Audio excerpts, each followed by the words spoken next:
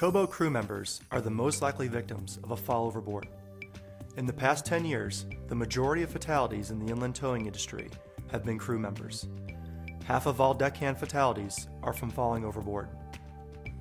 The risks are an everyday part of the job for those who work on and around rivers. A fall overboard is survivable, but only if the crew knows what actions to take. That is what we will be covering in this presentation. The single most important safety practice is the use of personal flotation devices. One cold January day, while his boat was tied to the dock, Captain Kelly found himself in a dangerous predicament. I was walking down the side of the boat, did not have a life jacket on. And that day, the sun come out, melted the snow. I had the side cleared off, but then it refroze later on, and I stepped on ice, hit the deck, and then I rolled right into the river. There was some guys working on a boat right behind me, and they actually seen me and ran to me to pull me out.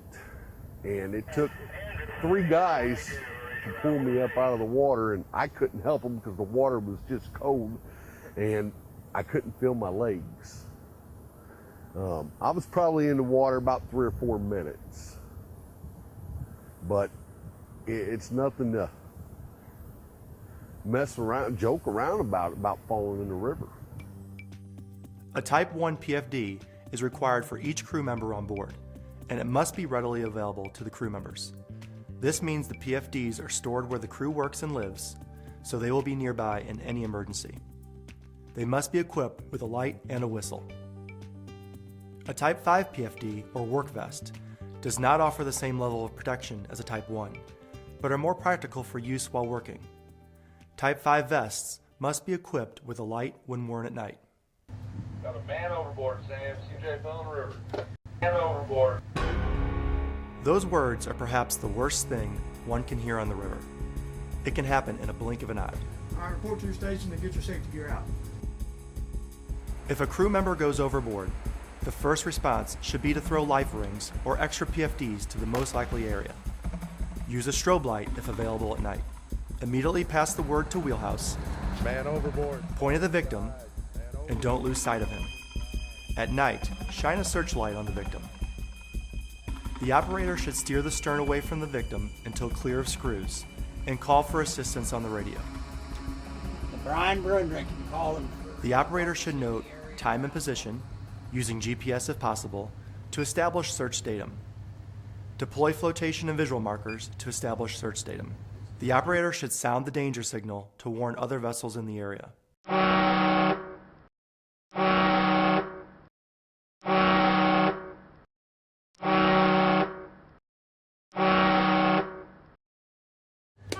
Now it's time to maneuver the vessel. Minutes count, and time is of the essence. Stop the vessel as soon as possible. If upbound with a tow, back hard until stopped, and if downbound with a tow, back hard until all headway is stopped. Take care not to back into the victim. If the victim falls over the side, steer the stern away from the victim if possible. Remember that the tow will drift with wind and current, but the victim will drift with current only. Recovery of a victim directly to a towboat is extremely difficult. This should only be attempted if luck places the victim alongside and the victim can assist in his own rescue. A light towboat may be maneuvered to place the vessel just upstream or upwind, so the vessel can drift to the victim. Use whichever force is appropriate. A 20-mile-per-hour wind equals a 1-mile-per-hour current for most boats. Beware of prop wash, which is an extreme danger to a victim. Line boats and harbor boats have different characteristics when used in a rescue. Line boats are more difficult to stop or maneuver, more likely to lose visual contact with the victim. They have better crew resources. They are more likely to have a suitable small boat for rescue. They are less likely to have a man overboard. They have smaller exposure, except when locking or during tow work. Harbor boats have better maneuverability, lower height of eye, reducing visual contact with the victim, fewer crew resources. The deckhand may be the man overboard. They are less likely to have a suitable small boat for rescue, more likely to have man overboard. They have greater exposure during tow work. When attempting a towboat rescue, the towboat should come alongside the victim, while the deck crew throws the lines, reaches with a pike pole or boat hook, and communicates with the operator, who can no longer see the victim. If the victim can assist in his own rescue, the deck crew can deploy a rescue net or line with loops. Or the crew passes a line to the victim, who places it under his arms, turns back to the boat, and is hauled aboard by 2 or more crew members. If the victim is unable to assist in his own rescue, the crew can use a rollaboard device or cradle. A completely incapacitated victim will need assistance while in the water. Once a victim is rescued, assess the victim's condition and render first aid as necessary. Treat for hypothermia if necessary. The operator communicates with shoreside responders to arrange for transfer of the victim.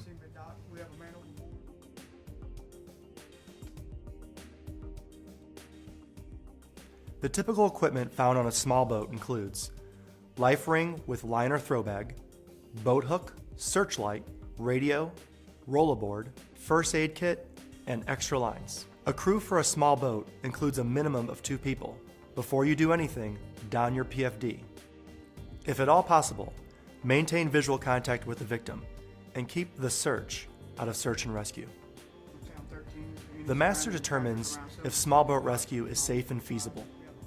There are several factors that go into this decision, including risk assessment, environmental concerns, equipment, personnel, and the availability of outside assistance. Once the decision to launch the small boat has been affirmed, clear away the small boat. Establish communications between the towboat and small boat. If small boat rescue is indicated, launch the small boat. The master gives directions to the small boat operator until visual contact is acquired. If visual contact is lost, the master must make a quick estimate of river current and the time the victim has been in the water. Use distance, speed, time formula, or D equals S times T, and the 6-minute rule to estimate the distance the victim may have drifted. The distance the victim will drift in miles during a 6-minute interval is equal to 1/10 of the speed of the river current. For example, with a 2-mile-per-hour current, the victim drifts 2/10 of a mile each 6 minutes. A victim missing for 20 minutes will have drifted approximately 3/4 of a mile. The technique used to search for a victim is a barrier search. The rescue boat is directed to a point below the estimated drift distance and then begins to cross back and forth perpendicular to the direction of the current at a moderately slow speed, about 5 miles per hour. The master of the towboat uses radar and radio to control the search. Boat crew members are assigned as lookouts when searching for a victim. Use searchlights or flashlights at night. Call out to the victim, who may be able to respond and help in giving his location. When the victim is in sight, the boat crew deploys the rollaboard and stands by with a throw ring or throw bag, lines, and boat hook. The boat operator approaches the victim in a shallow arc so as to position the boat slightly downstream of the victim, heading into the current. A downstream approach to a victim is risky and should only be attempted when it is the only approach feasible. When in range, the boat crew uses a throw ring, throw bag, lines, or a boat hook to bring the victim alongside, being careful to keep excess line clear of the prop. It is extremely difficult to lift an incapacitated victim vertically into a small boat. The victim may be too heavy and at a nearly impossible lifting angle.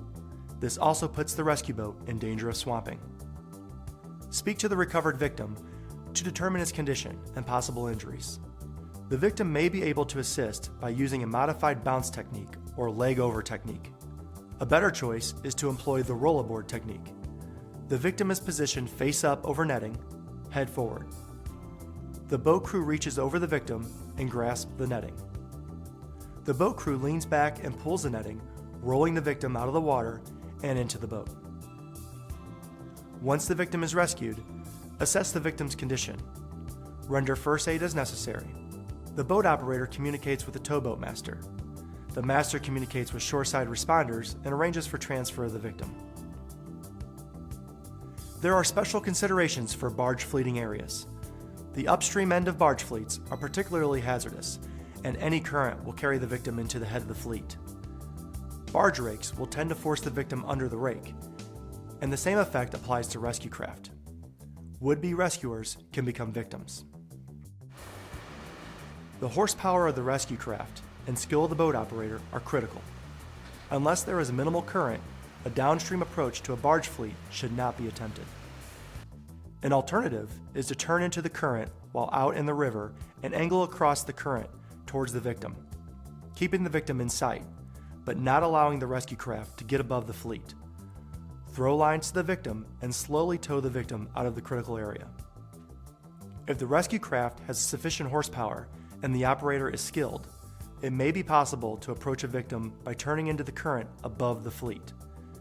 Use power in a controlled drift down toward the victim, keeping the bow of the rescue craft into the current. Caution, the prop will be toward the victim. Throw lines or use a pike pole to slowly tow the victim out of the critical area. If in doubt as to the safety of an attempted rescue at the head of a barge fleet, don't attempt it. It could make a bad situation worse.